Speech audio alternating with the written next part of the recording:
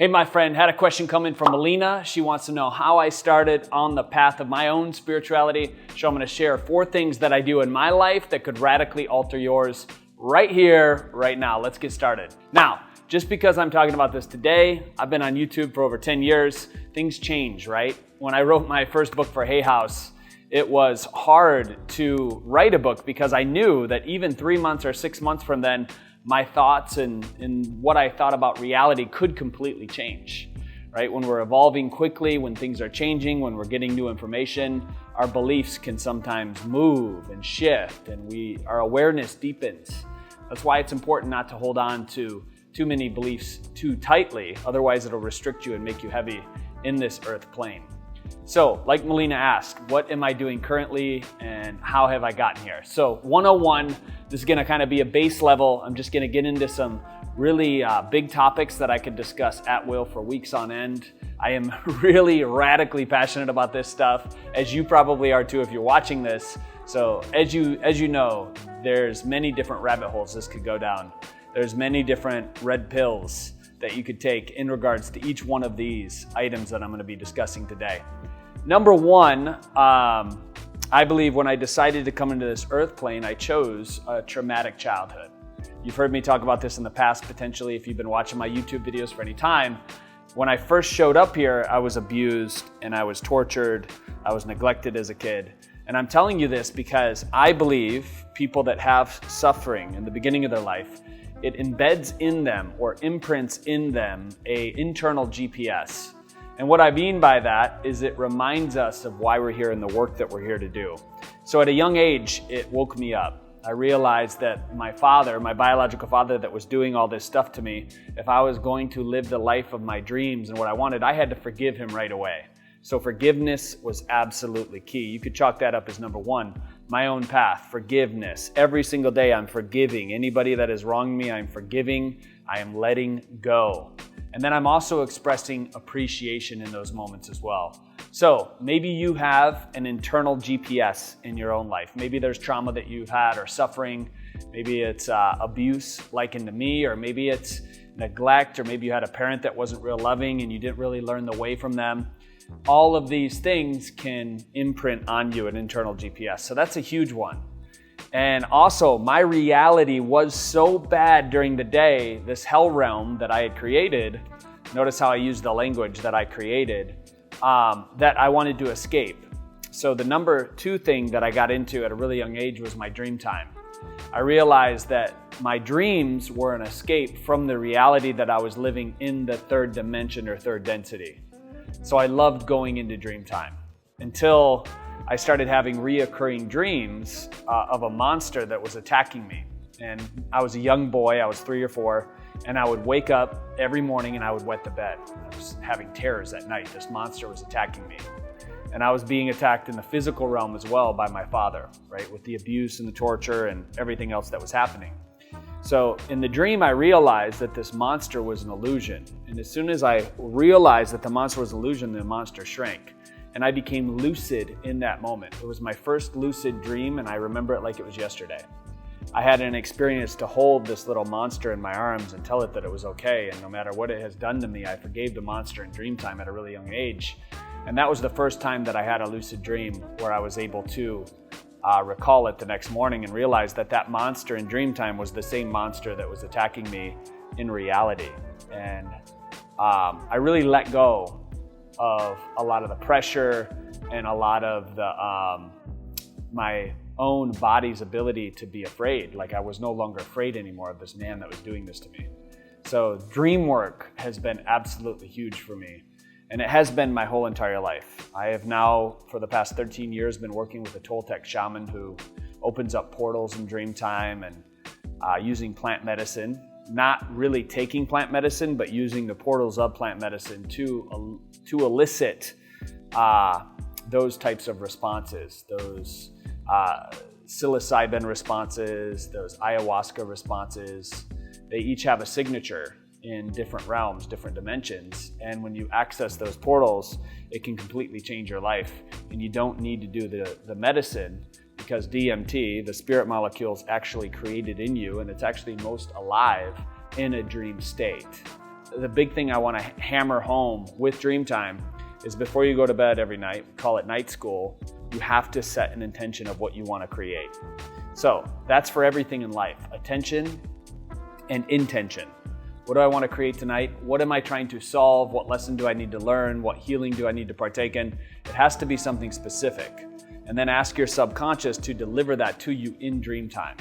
And when you do that, you will be blown away with the results.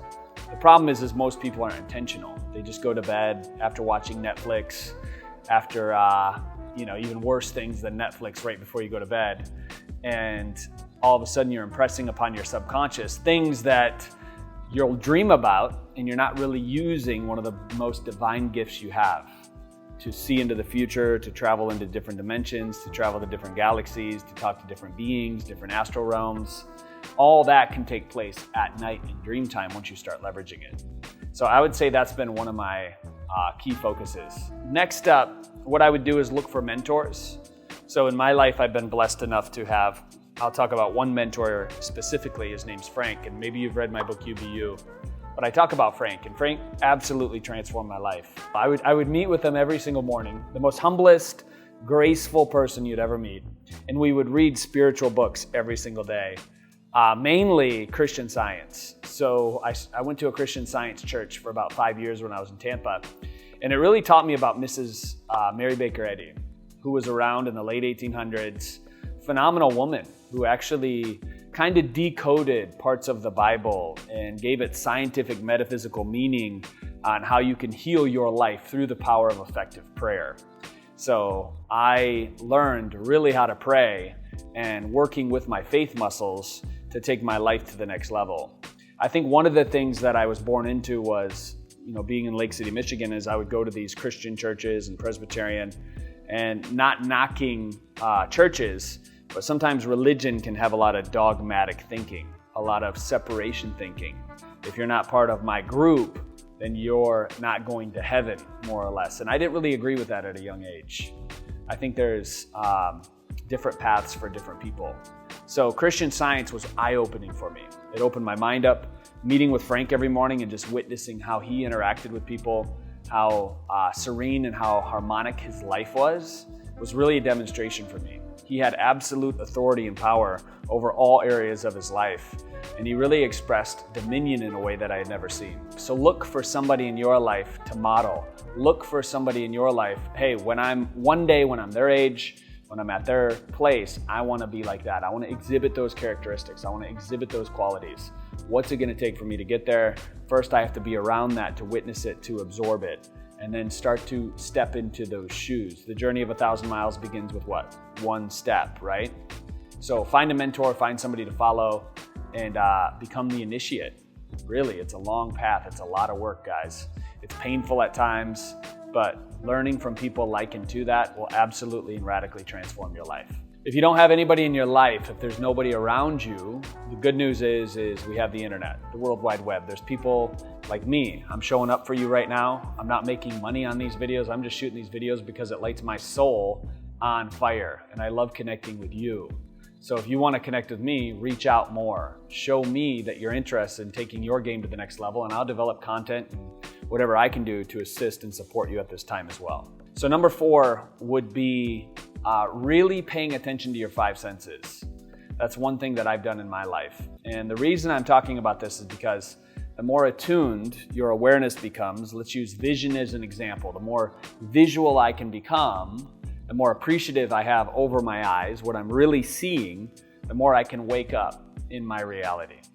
So spirituality, to me, there's dream time, which we go to bed at night and then we dream. And then there's the awakened dream.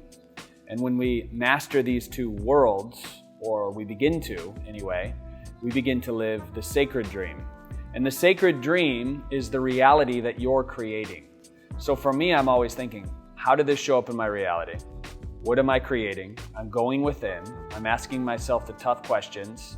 So as deep as I can go internally, I'm also going externally. And I need my 5 senses to do that. So the first thing I need to know is where am I? Where am I? So that's a good question for you. What direction are you facing? What constellation of star system is above you? Do you know how fast you're traveling around this giant rock that we call Earth? 80,000 kilometers or whatever. You're standing east. You're under the constellation of Aries or whatever it may be. Knowing where you are is super important because it detaches you from the personality that you call your name and connects you to global consciousness. And when you start tapping into the bigger field versus the small finite field of this person, then you start connecting to everything, all things, all living things. The rocks are living, right? The plants are living, all the animals in the animal kingdom, the mineral kingdom, all of that is life force. And when you separate yourself from the small victim personality that most people are just so caught up on in this physical time-space reality that we're living in, then you start to connect to the allness. And that's powerful, my friend. When you are outside, look up at the sky and drink the sky in. Really see what the vision of the sky looks like. Look at the clouds, look at the detail. And then every day, I learned this from a medicine woman in the Yucatan jungle 2 years ago. She said, fly above your life, likened to an eagle, watching and observing what you do throughout the day. And try to recall as many details as possible. The problem is most people are in this tick-tock pendulum world that we live in, and it's saturated your mind with stimulation that is escapism. You're not in your reality as much as you can be. And I'm telling you, my friend, when we submerge ourselves in this reality fully with our 5 senses, other senses start to open up. I'm talking senses even beyond what we would call the 6th sense. You have that power, you have that gift inside of you, but it takes cultivation. It takes working with it. And this is law. This is what our ancients used to do. This is something that once you start practicing it, it'll blow you away. Say you're in New York and you're outside at a street that you walk every single day. Try to go there in your mind and remember what that street is like. You don't have to be there to do this, but remember it. Remember all the details. Write it down. And when you start remembering all the details and you're writing it down, then what your mind will do, you're detaching yourself from your personal mind and you're connecting to the cloud or the big mind, the big magic, right? A great book, the infinite mind, we could call it. And when you're there, the information that you get will be much greater.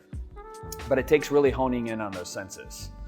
Hearing, same thing. What am I hearing when I go outside? Am I hearing all the birds? I've had many people tell me recently, because of this quarantine we're in, that this is the first time they've heard the birds in years. That's ridiculous, right? We should be out listening to the audible feast, to the birds every single day. We should develop a relationship with them. And when we really start to get present in the moment, we move from the 3rd density to the 4th density. So the only place that love, peace, and creation can exist, my friend, is in 4th density. But it takes you present to get there. And to be totally present, surrounded by Mother Nature, outside with your feet in the grass, grounded on Mother Earth, knowing that you're this eternal being, living this life for just a second, absorbing everything, watching the birds, knowing what constellation is above you, then you start to connect to the field, that 3 inches that's all around you, right? That's everywhere. All information is contained right here. I don't need to go anywhere to get anything. It's all here. And you're the same way. So developing a ritual or work that you can do every single day to deepen those 5 senses, so that 6th sense, that extra sensory perception, we call it ESP, right, starts to open up. So my spiritual path has been knowing that that's where I've wanted to go this whole entire time, as a healer, as somebody who endured the pain from the internal GPS, the trauma that was placed in my heart, the torture, the abuse. My mess became my mission. I wanted to help as many people as possible. And I'm like a little fruit fly at the beginning of this. I'm just starting this journey with you, right? So we're in this together, and I say it and I mean it, my friend. You and I. I'm not no guru, so don't look at me like that. I'm a guide on the side helping you on the stage of your life. Like, this is about you. This is about your reality. You attracted this information into your life for a reason.